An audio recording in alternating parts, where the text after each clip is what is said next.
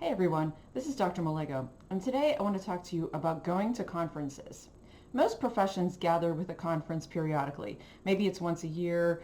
There might be local conferences that happen more often. Many students don't know about these conferences, but knowing about them and going to them can actually help you have an edge when you move into the profession. When I was in college, I had no idea that these conferences existed.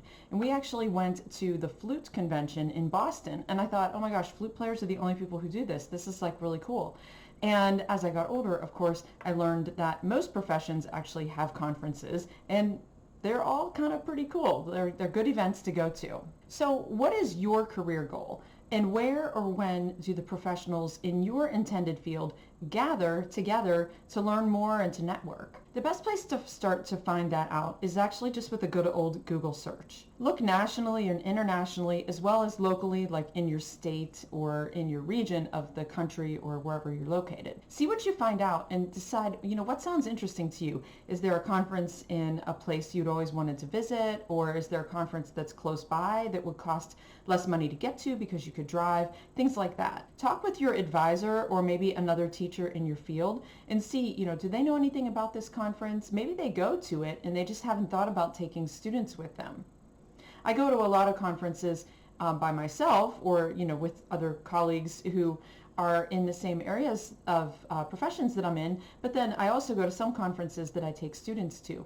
And certainly if students wanted to go to another conference, I might be inclined to organize a trip for them. Think about maybe getting together with other students in your major who might be interested in going to the same conference.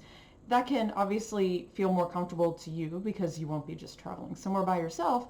You have other people to share the experience with, but you also have someone to share the expenses with, which is important. So some conferences are expensive because sometimes they include all the meals and things like that with them. A lot of times conferences will have special rates for college students, and that's also why it's really good to go to the conferences when you're in college, because sometimes when you get older, it's like way more expensive to go, and depending on the field that you're in, you might not really have the funds available to go to the conference. Some ways that you can handle the costs.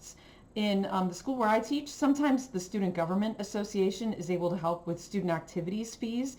So you pay student activities fees a lot of times as part of your fees for school, and those all get put into a pot, and then they're dished out based on different organizations and things like that. So there might be some money in that area that you could use. And you also can just do some old-fashioned fundraising. Maybe you sell candy bars or you have a spaghetti dinner or something like that, and you raise money to help fund your trip to the conference. The other thing to remember is even though conferences cost money, it's an investment. So sometimes people will say it takes money to make money. And really, the money that you put in to attending a conference is going to help you out in the long run, because you're going to learn things that you cannot learn in the classroom, and you're going to make connections with people in your profession, networking, that could help you find an even better job. You'll also likely return to campus feeling more invigorated about your profession, which might make you want to even work harder in your classes